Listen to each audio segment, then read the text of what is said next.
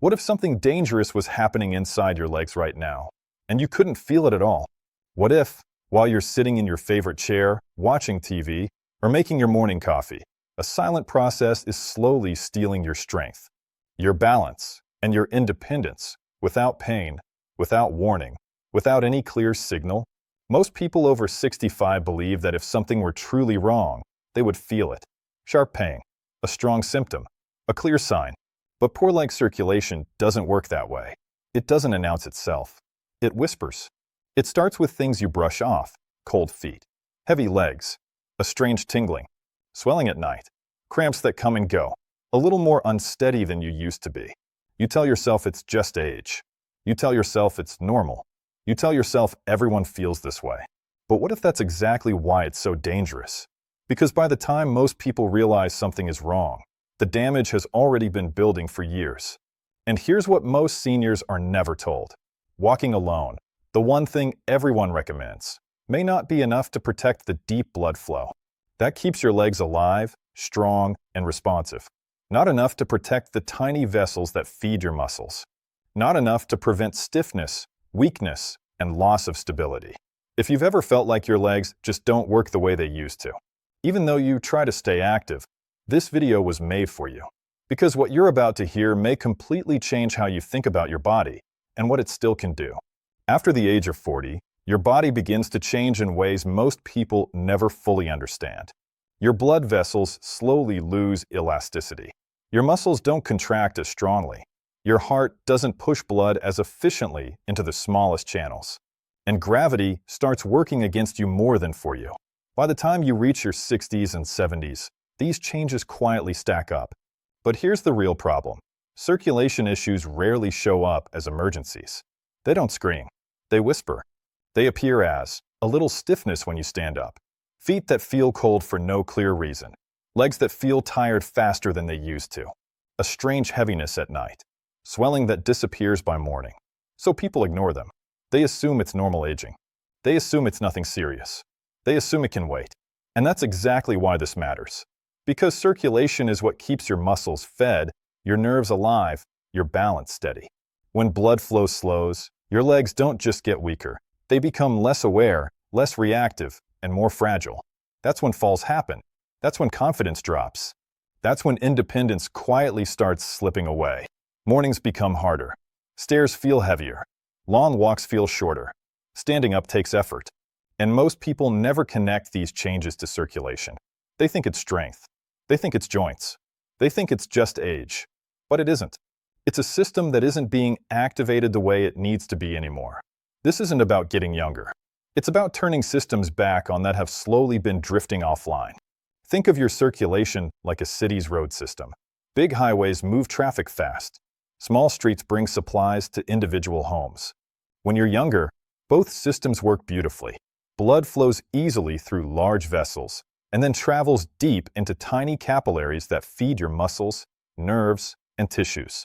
But as you age, something changes. Those tiny roads, the deep, hidden ones, slowly begin to close. Not suddenly, not dramatically, quietly.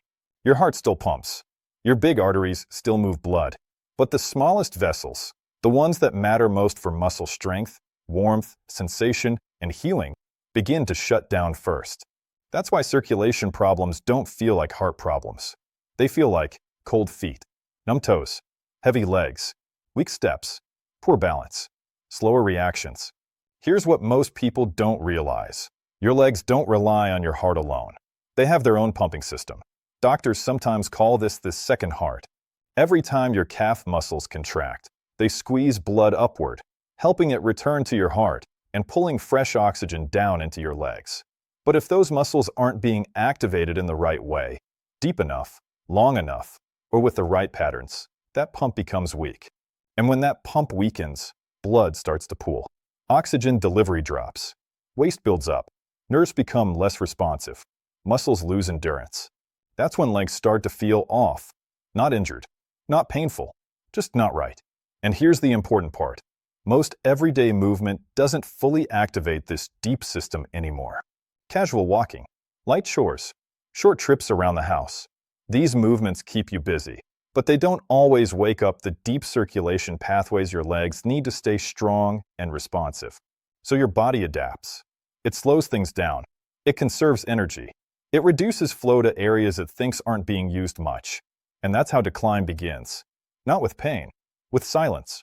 One of the biggest reasons circulation problems go unnoticed for so long is because of the myths people believe about their own bodies. Let's talk about the most common ones. Myth number 1.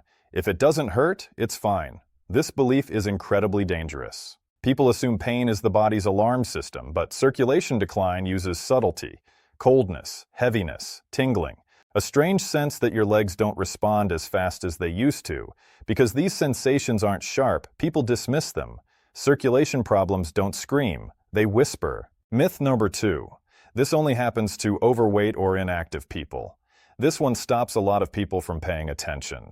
You might think, I eat well, I walk, I'm not overweight. But circulation decline isn't about looks. It's about deep muscle pumps and tiny vessels. Even thin, active seniors can experience poor, deep circulation if the right systems aren't being engaged.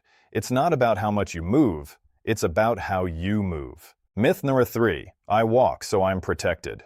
Walking is good, no question. But walking alone doesn't always activate the deepest circulation channels. Most people walk with short steps, flat feet, minimal muscle squeeze. That keeps you mobile, but doesn't always stimulate deep blood flow. Myth number 4. This is just aging. Nothing can change it. This belief steals hope. Yes, aging brings change, but decline is not the same as destiny. Many systems slow down simply because they aren't being used correctly. When properly stimulated, the body is remarkably adaptable, even after 60, 70, and beyond. And here's the truth. These myths don't just delay action. They prevent awareness. And without awareness, nothing changes. Most serious circulation problems don't begin with dramatic symptoms. They begin with sensations that feel off. Not painful, not urgent, just strange enough to notice and easy enough to ignore. You might recognize some of these. Your legs feel heavy, like they're wearing invisible weights. Your feet feel cold, even when the room is warm. There's a faint tingling in your toes, like pins and needles that come and go. Your calves feel tight at night, or you wake up with sudden cramps. Your ankles look a little puffy by evening. Your legs feel restless when you try to relax. Not severe, just uncomfortable. And that's exactly why people dismiss them. They say, it's nothing. I probably slept funny. I was on my feet today. It'll go away.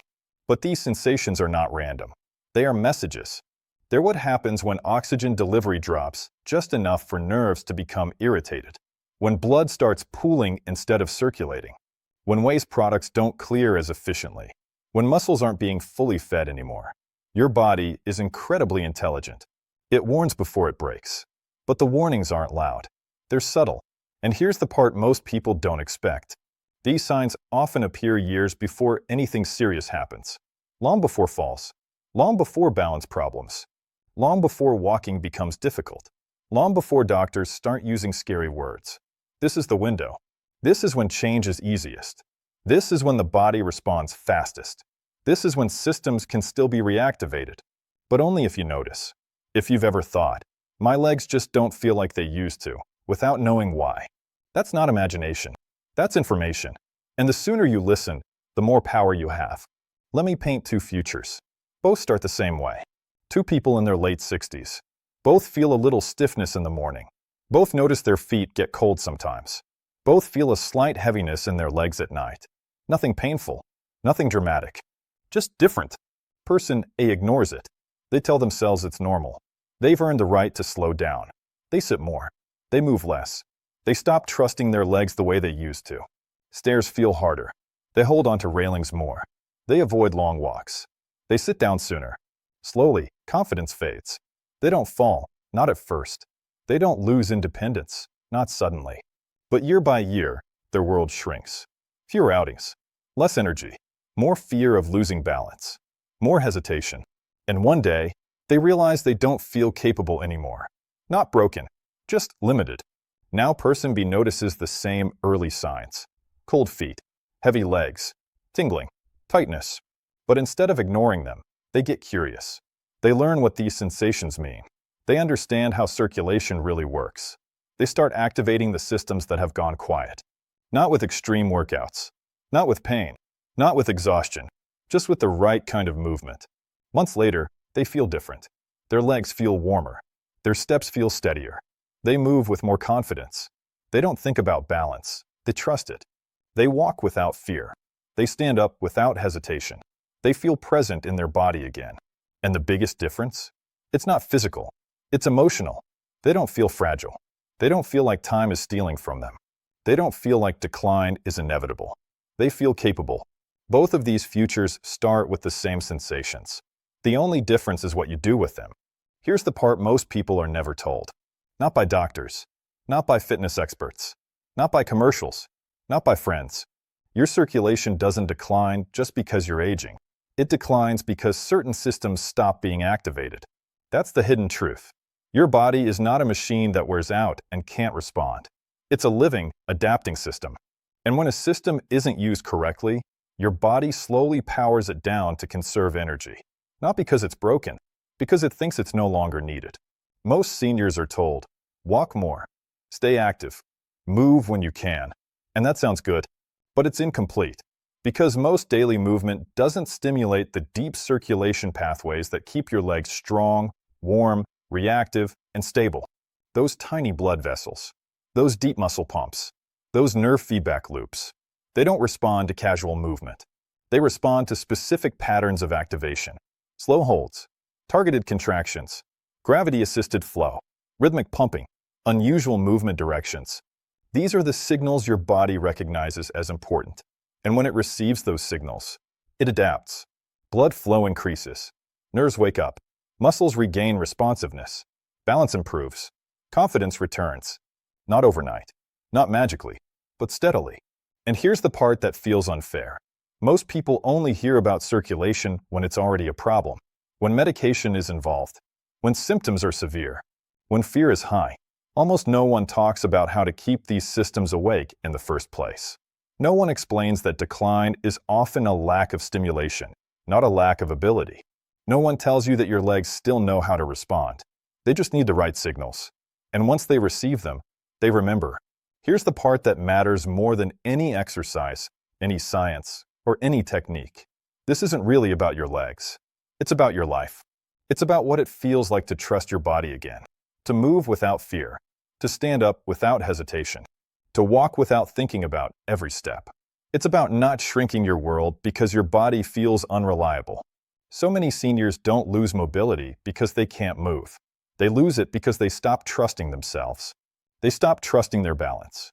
They stop trusting their strength. They stop trusting their stability. And when that trust disappears, something else disappears with it. Freedom. Freedom to go where you want. Freedom to move how you want. Freedom to live without calculating risk in every small action. Most people are never told that confidence in your body is not just emotional, it's biological. Your nervous system needs feedback. Your muscles need signals. Your circulation needs activation. When those systems go quiet, your brain interprets it as danger. And when your brain senses danger, it restricts movement.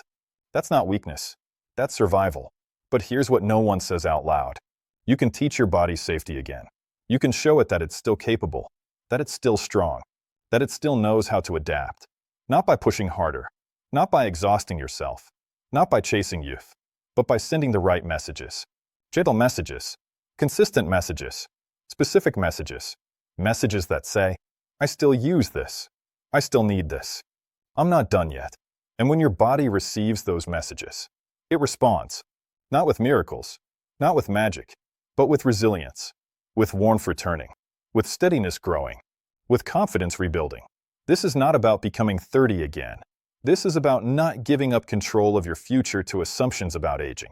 It's about understanding that your body is not betraying you. It's waiting for direction. And once you give it that direction, it listens. What you've just heard isn't meant to scare you. It's meant to wake you up. Because your body isn't fragile. It isn't broken.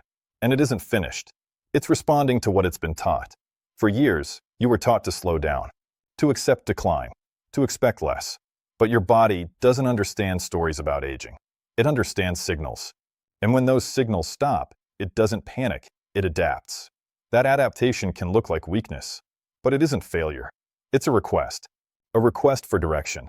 A request for use. A request for attention. And the most powerful realization is this. You don't need to fight your body. You don't need to punish it. You don't need to fear it.